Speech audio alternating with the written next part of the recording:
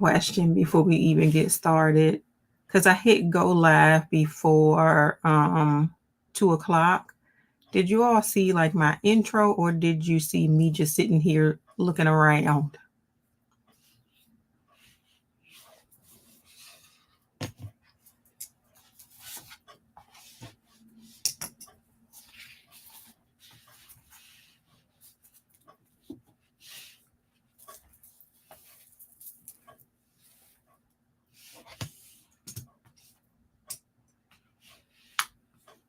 And can everybody hear me?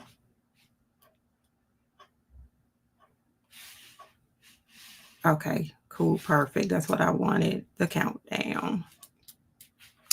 All right, so I think we're going to do what we normally do and give people until about 2:05 to kind of get in here, and then we'll get started. And thank you all for being here with me today. I am still not comfortable doing these lives, but I'm always happy to see people in here with me.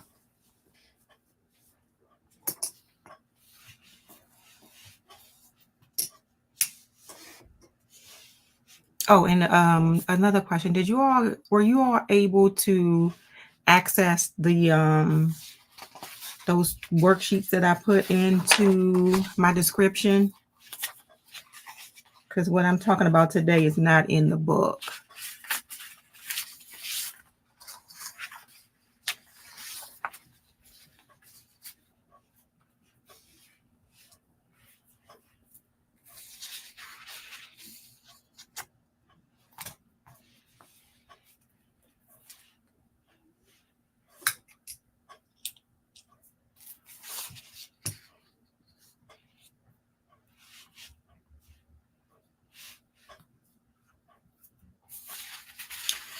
Oh, it's not in this description. It's in the description from the video from Thursday.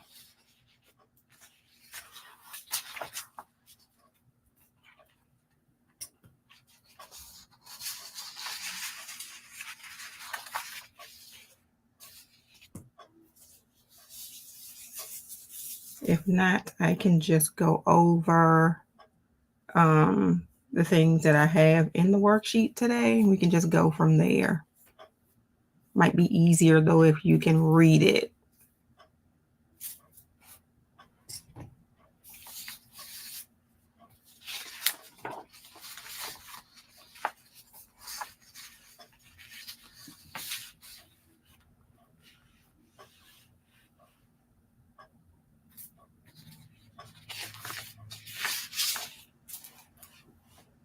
That's all right, girl.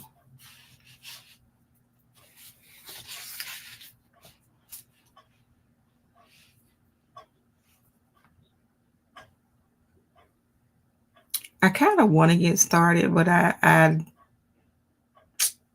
we usually wait until 2:05. I just don't like sitting here and not saying anything.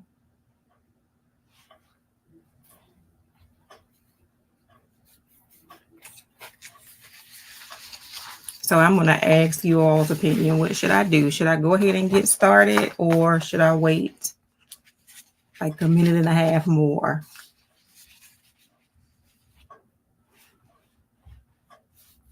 You always say that. All right, so I guess I'm going to go ahead and get started. And I want to first thank you all for coming to this live today. I always have this feeling I'm going to be sitting in this little live by myself. So I always thank everybody who comes in to join me for these videos. Today's video is going to be sort of a recap / do I want to say expansion? I don't know. But we're going to go over module number 4, which was building healthy relationships. And there were like 3 sort of subtopics that we went over in that module. And the first one was setting boundaries with compassion. The second one was communicating assertively and authentically. And then the third one was embracing connection without sacrificing independence. So along with that, these are the worksheets that I have, and it kind of gives you exercises on each of those topics that was discussed in that video. And to kind of summarize what we talked about, the first one was knowing how to tell people no when you can't do it and not giving in because you need to have time for yourself. And then we talked about being able to like get your point across sort of firmly, but not rudely. And then we talked about sort of connecting, whether it be friendships or romantic relationships, I guess, quote unquote, like marriages, like if you're dating somebody, how to connect with that person without pretty much losing yourself, still finding time for yourself as you are in those relationships.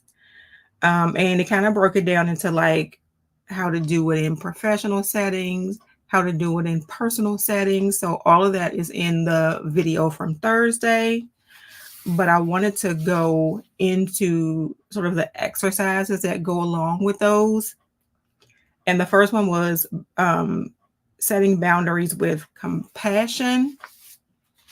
So the first exercise that I have is, and I forgot, I had my brows on and I'm wiping them off. And the boundary reflection is pretty much, it says take some time to reflect on your personal boundaries in various areas of your life, such as work, family, friendships, romantic relationships. Write down some specific examples of times when you felt your boundaries were crossed or compromised. And then for each example, identify how you could have communicated your boundaries more effectively and with compassion. And I am going to admit, I did not do this exercise in advance. I decided that I was going to go ahead and do it with you all today. So try to go back and remember a time when somebody crossed your boundaries, and just like in summary, how you felt like you could have handled it differently. Actually, how did you handle it, and how could you have handled it differently? And for me, yeah. So Deborah says, you know mine, when my landlady walked into my apartment without permission. Yeah, that's an ongoing situation. So I kind of know how that was handled, but also at the same time, how it's being handled, which is the appropriate way and through a lawyer. Um, I don't quite know. I'm sitting here thinking, when did somebody cross my boundaries? I feel like people cross boundaries behind your back and then you find out about it later. And I'm at the point of it being me not really saying anything to that person, me just kind of avoiding that person. But I feel like it's going to get to a point where I am going to have to say something because these things keep happening over and over again.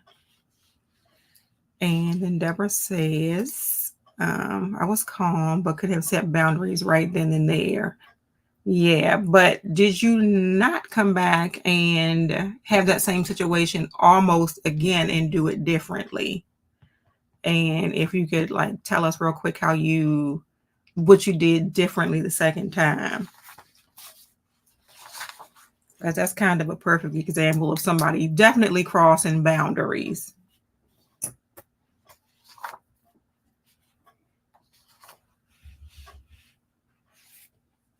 I'm trying to see here.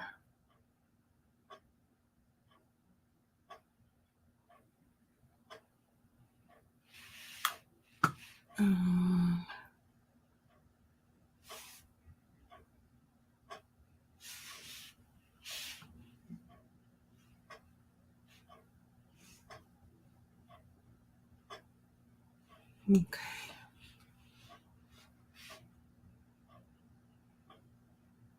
Trying to see if somebody else popped in because it says 4 people. But let's see. So, like Maiden says, I can't think of one example of this in particular, but I have had times when my boundaries were crossed and I said nothing and later felt disappointed in myself for not speaking up. And that is kind of how I'm feeling now because I know these things are still actively going on. And instead of me approaching these people and telling them that I know that this is what's happening, I'm choosing not to say anything, almost because I don't want to cause conflict when I probably should, so I can like appear that I'm standing up for myself. But I'm having a hard time with that. And Deborah said, with her situation, she approaches me in an angry way after learning I had an attorney. She screamed and yelled at me like I was a child. And then she says, I stopped it right there, told her what I thought of the situation and what rules she needs to follow with me or laws I should say, which is good because knowing the situation, she was entirely inappropriate. And I don't feel like if somebody is like confronting you with it, that it is like anything that you should back down from. Somebody should definitely know what your boundaries are and when not to cross that line. I keep going back to me because nothing is ever said directly to me, but and then I have to sit in the room with these people. So I don't know. Something may eventually go down.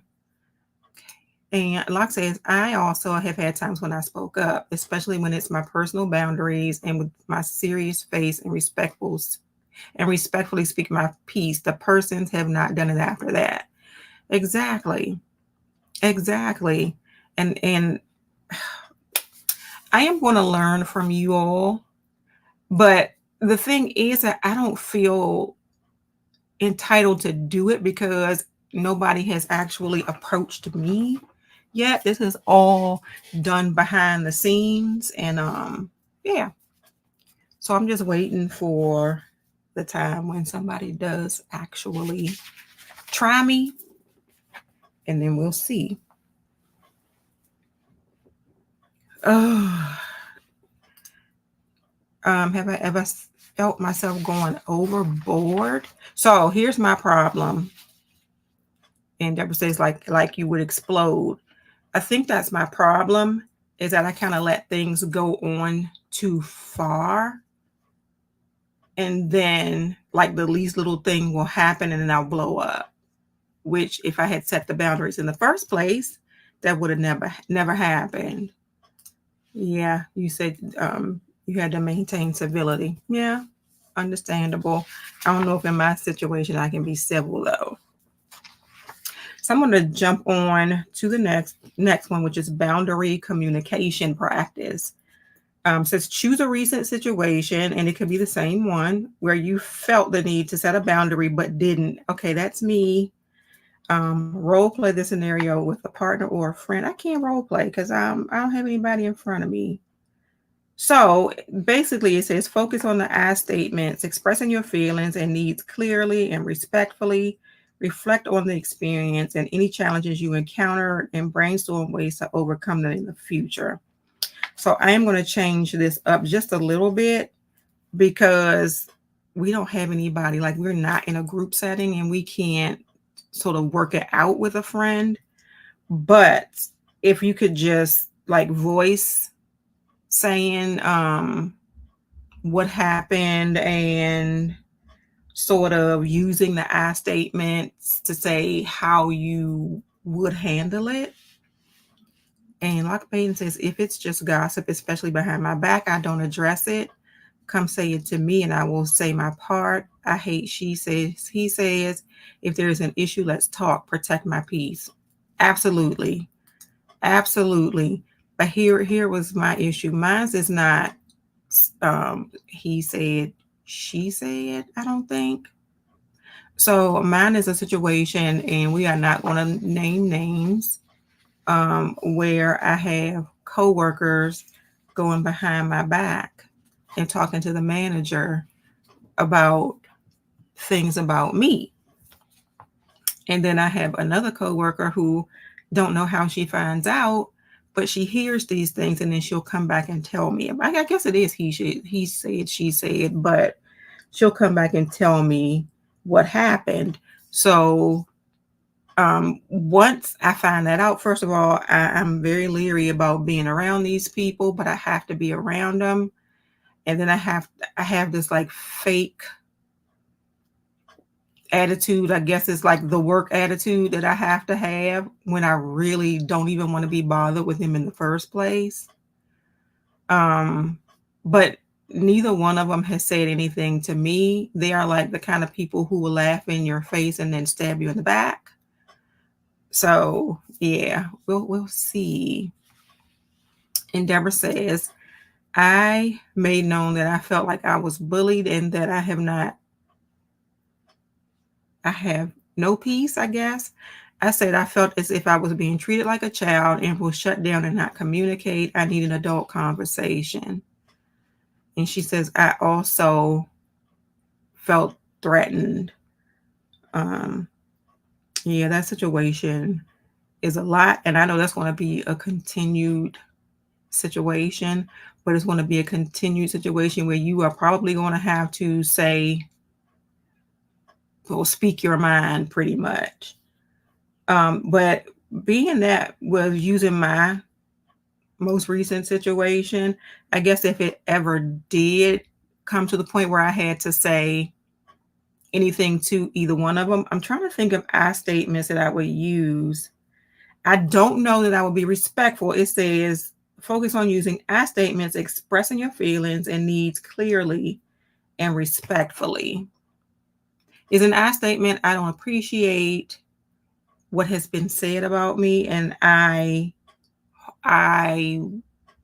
would hope that it wouldn't happen again. I don't know, because I know, knowing me, that this thing would escalate into an argument, because I feel like I'm being not bullied. Bullied is not the word for me, but I'm trying to think of the perfect word. I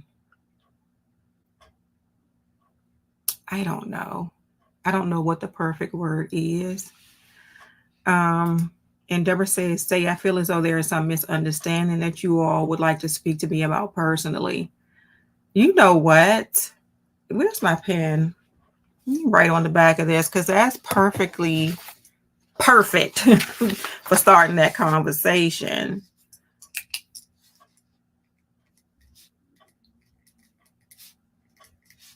I ain't going. Let me not. I'll write it down later, because I can pretty much remember it. But that is the perfect way to start that conversation, because I have a feeling that this is something that is going to happen again, and I need to put a stop to it.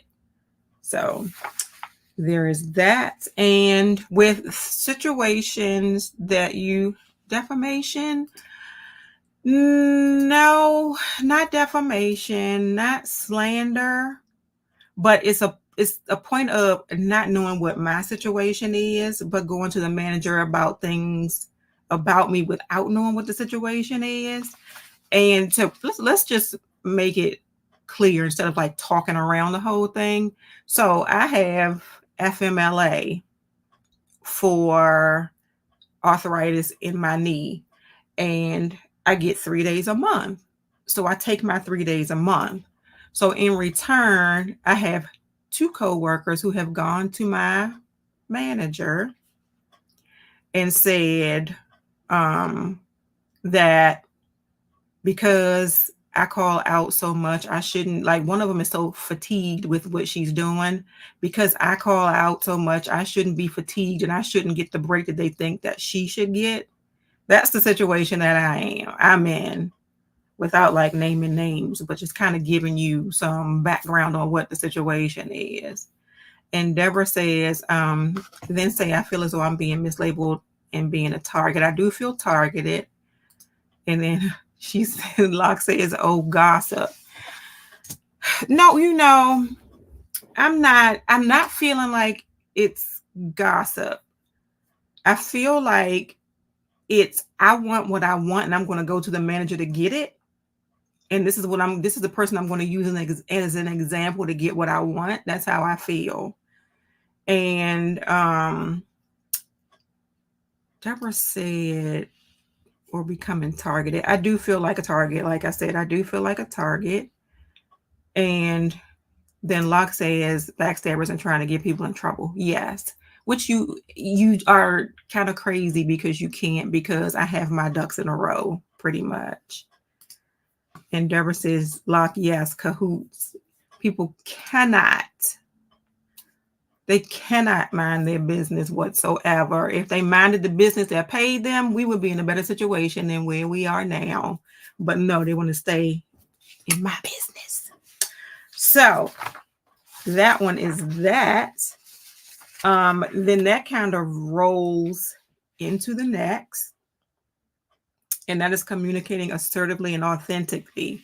And I am going to go back to Deborah's statement where she says, I feel as though there is some misunderstanding that you all would like to speak with me about personally. I think that is a perfect example of being assertive and being authentic to yourself without being rude.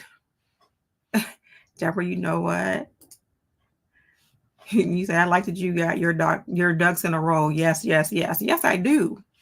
Yes, I do, because I have her CYA, and all nurses know what CYA is.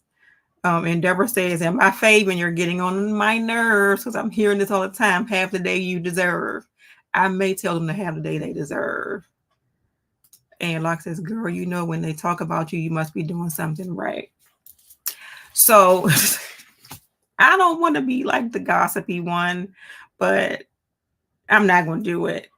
I'm just hearing different things and I'm just not going to do it. So we are going to go to the assertive communication inventory.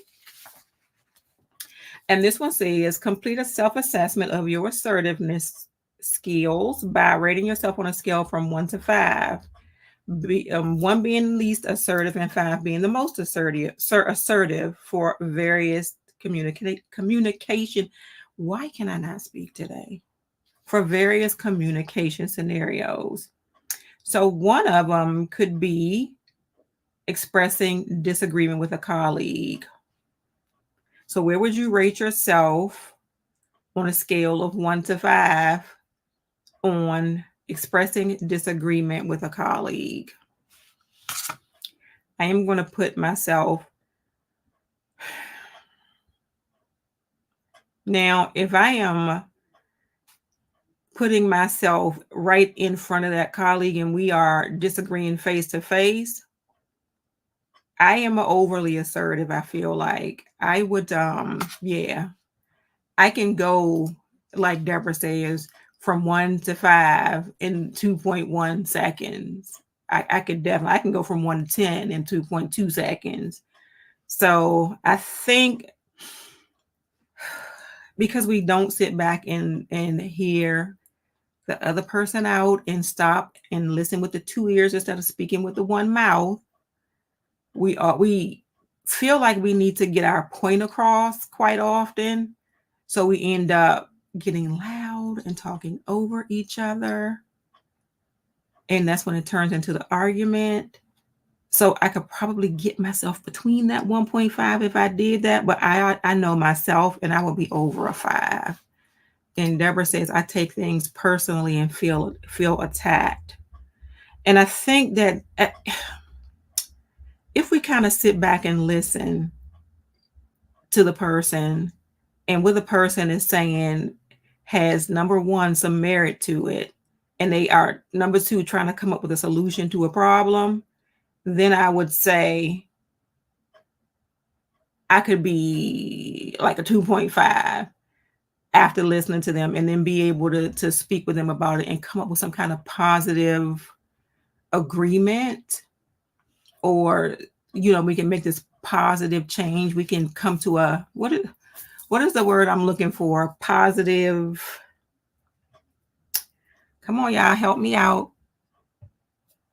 It's a mean girl situation because of the click. And that it is. And I have to get over that. I'm still relatively the new person because everybody has been there for years and years together. And I think I have been there, for a little bit over 2 years. I think I have. That's the word, girl. Resolution. Yes, that's the word. We can come to a resolution if we both take time to stand back without trying to get our point across and listen to each other. So I haven't seen any ratings. Yep, medium ground or resolution, absolutely. But I haven't seen you all rate your. Deborah said 1.5, 1 to 5 in 2.1 seconds. Let me go back. Locke, did you rate yourself on expressing disagreement with a colleague? Hey, Tanya, how are you? You are perfectly on time. Glad to have you. We are doing exercises on communication right now. So what we're talking about now is assertive communication inventory. So I was asking to complete a self-assessment of your assertiveness skills by rating yourself on a scale from 1 to 5, with 1 being the least assertive and 5 being the most assertive. And one of the examples is, how would you rate yourself when you're expressing disagreement with a colleague? How would you rate your communication during that?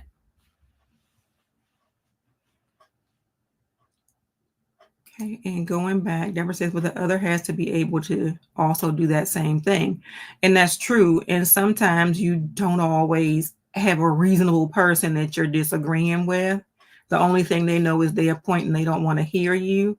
And then at that point, I would just walk away, because it would definitely turn into an argument. So I would just walk away, because somebody's going to wonder who the fool is, because you're sitting here arguing with this fool.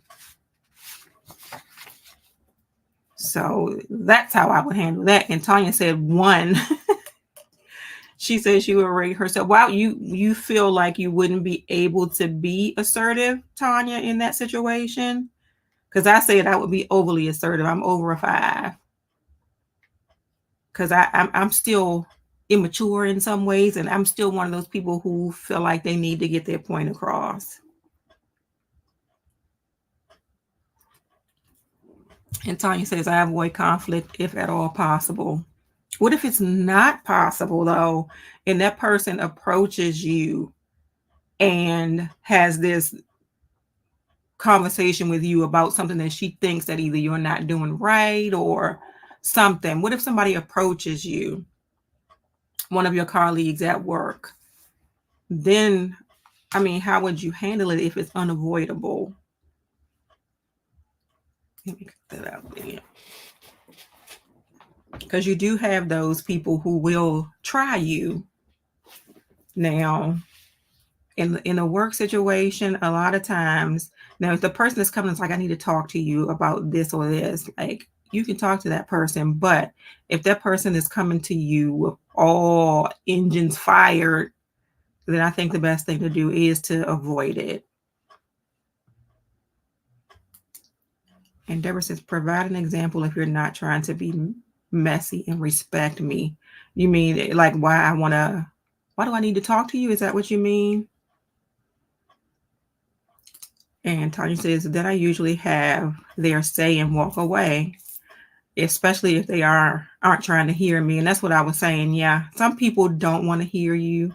They want to come to you with this problem because they want to say what they want to say, and they don't want to hear what you have to say about it. So at that point, yeah, I would just walk away. Where's Locke? Because I'm still waiting for that. Unless she kind of left, I didn't get her rating from 1 to 5. But I'm going to go on to the next one, which is asking for a raise or a promotion. If I'm a 1, I am not going to go ask for a raise or a promotion, because I'm a wimp. So I'm going to completely give myself a 1. That is absolutely true. I don't want to be written up either. So a lot of times I've had coworkers to argue in the hallway like they were on the sidewalk. So yeah, that's not me at all. So Locke, we're gonna go back to this disagreement with the colleague. So where would you rate yourself for assertiveness skills on a scale of 1 to 5? And then the one with the asking for a raise or a promotion. And Deborah says, I've done it by letting them know I am of value to the department. And I think you got that raise and promotion too. So kudos for you. How do I kudos for you? I can't do that on here. But kudos for you for being able to say, this is what I'm doing, and I want you all to know it. And I'm asking you for a raise and a promotion. Yeah, providing examples. And Locke says, I went into my shell. I always protect my peace and energy. I'm not confrontational and just hope they have a day that they deserve. Deborah, you done started something. But yeah, have the day that you deserve. Go trip over the curb or something. Something. Not wishing you harm. You ain't got to go home, but you got to get the heck up out of my face. Tanya says, 2, I gather up my accomplishments and how I have changed the department for the better. I feel like this is good. I feel like in my position, I can't ask for a raise or a promotion. I don't know why, but that's how I feel.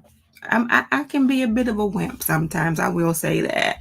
Even though I know that I am an asset to the department, I just don't have the bravery to go and ask for what I deserve. I mean, Deborah, everybody, the quote for next week is have the day that you deserve, okay? Because a lot of people need to hear have the day that you deserve. They might think it's, oh, thank you, but it's really not. The next example of that is how are you assertively with setting boundaries with a friend? I can listen, your friends are your friends, and they gonna do what they gonna do. So if you can say anything to your friends, so I can be assertive with setting boundaries with my friends. And Locke says we have a union and get a set percentage throughout the year. Maybe that's the issue because that's the environment that I came from before I went to this job. Is we had a union and you got raises on a certain time frame. So it's not anything that we had to ask for. So now that's not something that I'm used to doing. So I feel like a wimp and I'm at a 1 and I wouldn't be able to do it. And then Tanya says, I didn't get the raise or the promotion, LOL, because I'm union. See, it's the union thing. Only so much they can do, but I got a bonus and found me a better paying job. Kudos for you too. When somebody's not giving you what you want, you have to find what you want. And then Deborah says, that can be a problem sometimes if they are sensitive. But I don't want hurt feelings. Oh, you're talking about with your friends. That was the next one. How do you feel about setting boundaries with your friends? I mean, if you know your friend and you know how you can speak with them where they won't get hurt feelings, but don't say it to me because my feelings going to get hurt. Okay? Either way, just know that. But do not push me.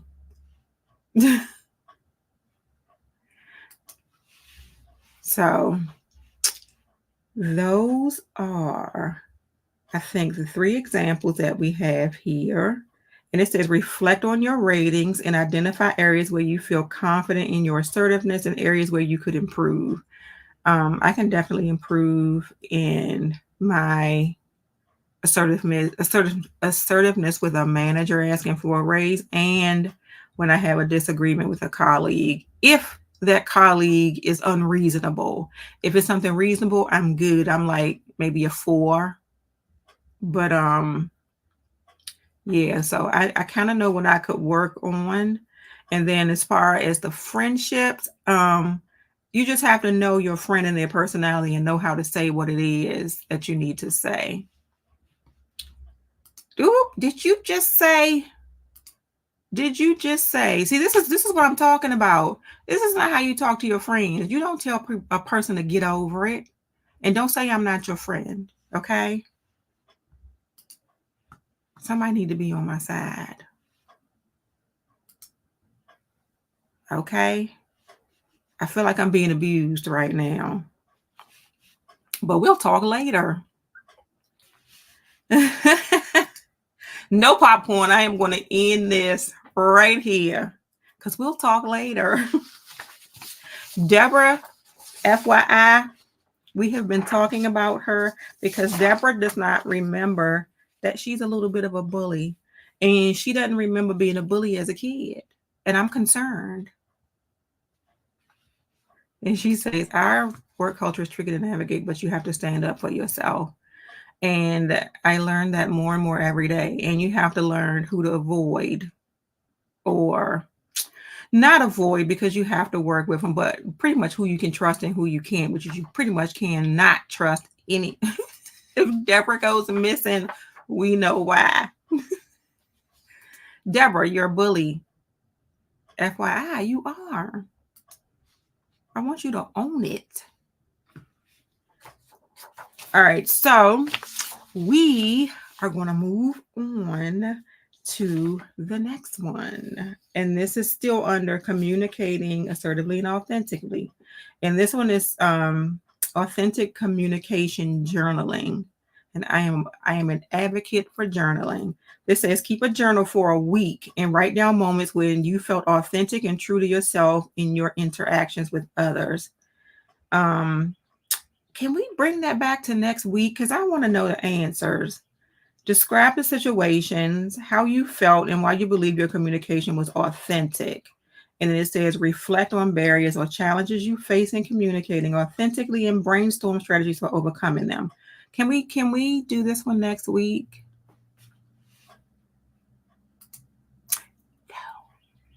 Yeah, this is I need to put a star beside this one because I want to hear like the moments that we have over the week. If you have like a little small pocket notebook like most nurses kind of have, or just a small, what is it, a 5x7, that's a picture, but you know, like a little small wire bound journal or something that you can write in.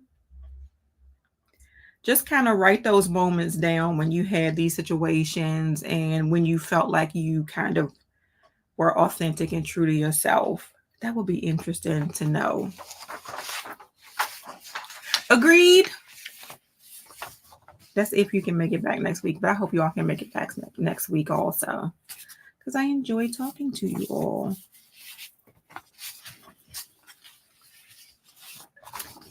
All right, so we are going to move on to embracing connection without sacrificing independence. So this is a balance assessment. It says evaluate the balance between connection and independence in your key relationships, family, friends, romantic partner, using a scale from 1 to 10. Consider factors. Okay, so on a scale from 1 to 10, we'll break these down. How do you feel about your connection versus your independence in spending time together? So I am going to put myself,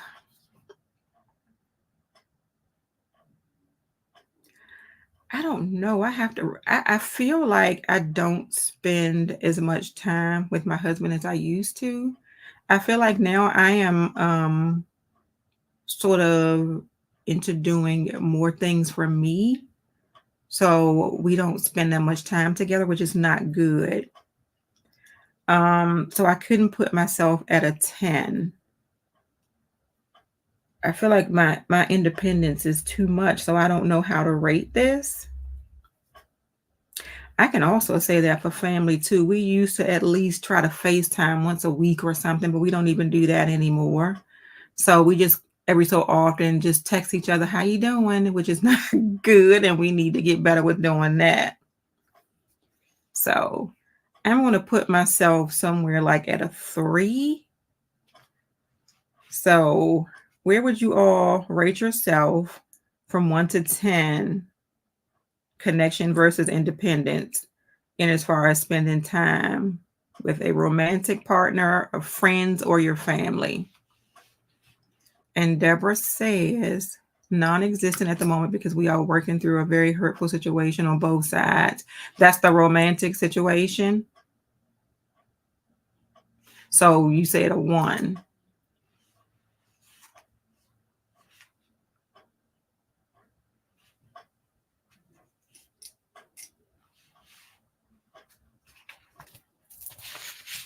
Okay. So this is the romantic situation.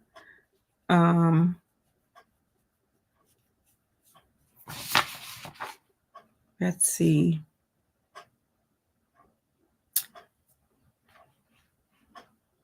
And then Lock Maiden says, each family group is different from 1 to 7 for me.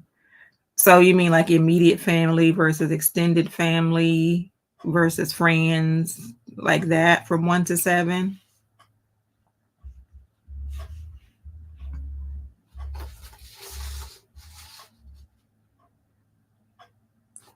Okay, this next one, I think. So, scale of 1 to 10 again, connection versus independence. How do you feel as far as emotional support? And I'm going to say, as far as you supporting family, friends, or romantic partner, where would you rate yourself on a scale of 1 to 10? And Deborah said, there is one family relationship that concerns me. I haven't approached it yet, but plan to. Okay. And Locke says, yes, my level of communication and interaction varies from 1 to 7, a range. And that can be different with different family members. As far as emotional support, I'm going to put myself squarely at a 5. I feel like sometimes I could do better with emotional support, but sometimes I feel like I support you to a fault, which is not good. So I'm just going to put myself right in the middle for emotional support. And Deborah said, Deborah, what's the 7 for? Is that for family? And Locke says support romantic partner. But what's the level? Is that 1 from 1 to 10? Where's the level? And then Tanya's level is at a 7, which is pretty good. You're doing well. I need to learn from you. Emotional support. Yeah. Now I get it. That's at a 7. Okay. Listen, I feel like I'm doing bad. I feel like I'm doing bad. Everybody's doing better than me. I need to get my life together. All right. And then the next one is individual pursuits. So this is for you to you on a scale of 1 to 10. Where do you feel like, well, I'm going to make it from you to you in your individual pursuits, because we have to be independent as well as connected. We have to be still doing things for ourselves. So where do you feel you are for doing your own individual pursuits?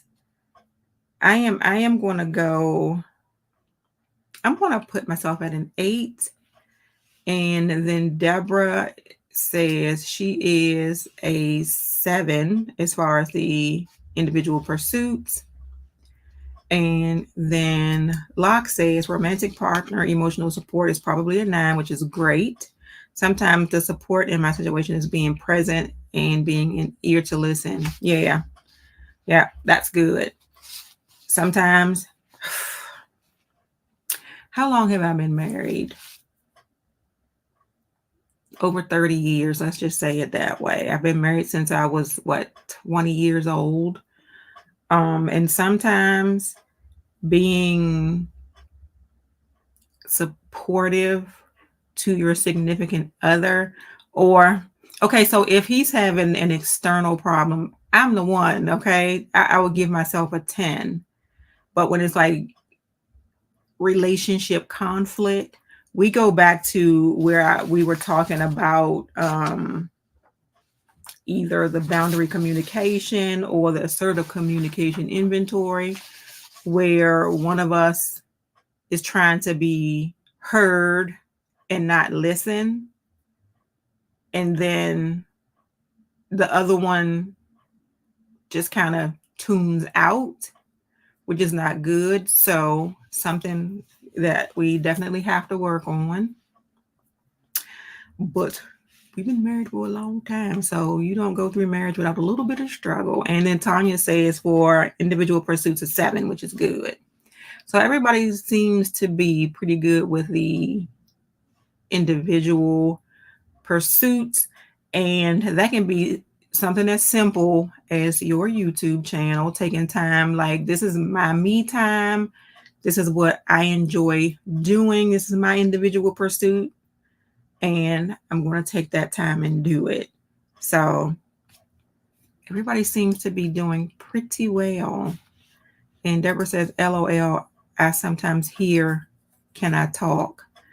Girl, I don't see. I am the one who most of the time shuts down, especially if I feel like something is going to turn into an argument. I will immediately shut down. And Locke says communication is key. We may not agree, but tell me your view. And I agree with that. I do. I agree with that. But and then a lot of times for me, it's not what you say, but it's the tone you say it in. We can discuss whatever you want to discuss, but we are not going to raise our voices at each other. And Deborah says, I agree to disagree now. Yeah. Sometimes you kind of have to leave it at that. I agree to disagree. So this last exercise is interdependence goal setting. And it says, set specific goals for cultivating interdependence in your relationships over the next month. These goals could include scheduling regular quality time with loved ones, expressing gratitude and appreciation, or actively supporting each other's personal growth.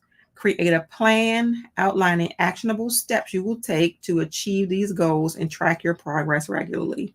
So that is like something to go home with.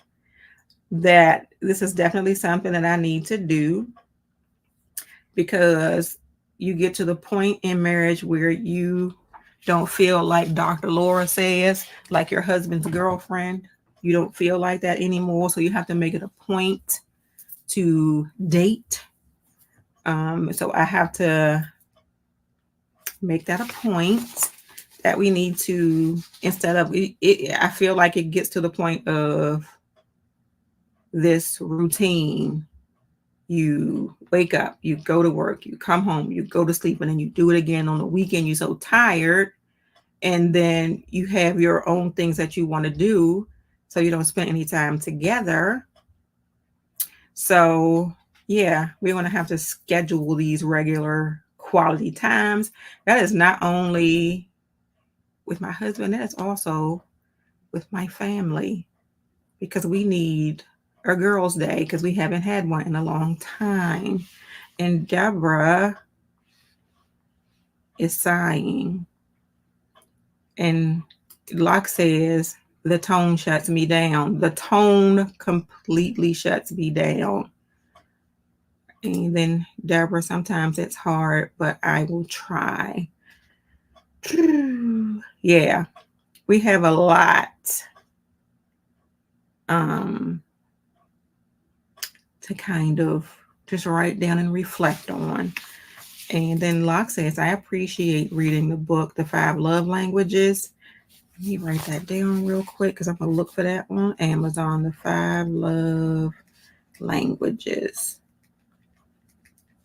And I'm sure that is probably going to be a good resource. Deborah said that's a great book, but he won't read with me. Well, is he supposed to read it with you? Or do you read it? Does he have to read it with you? And Locke says, understanding that we all have different languages. I am going to look for that book. I definitely need to read it. And Deborah says exactly. But is this do you have to read it at the same time? You know, some people just simply don't like to read. Then what do you do?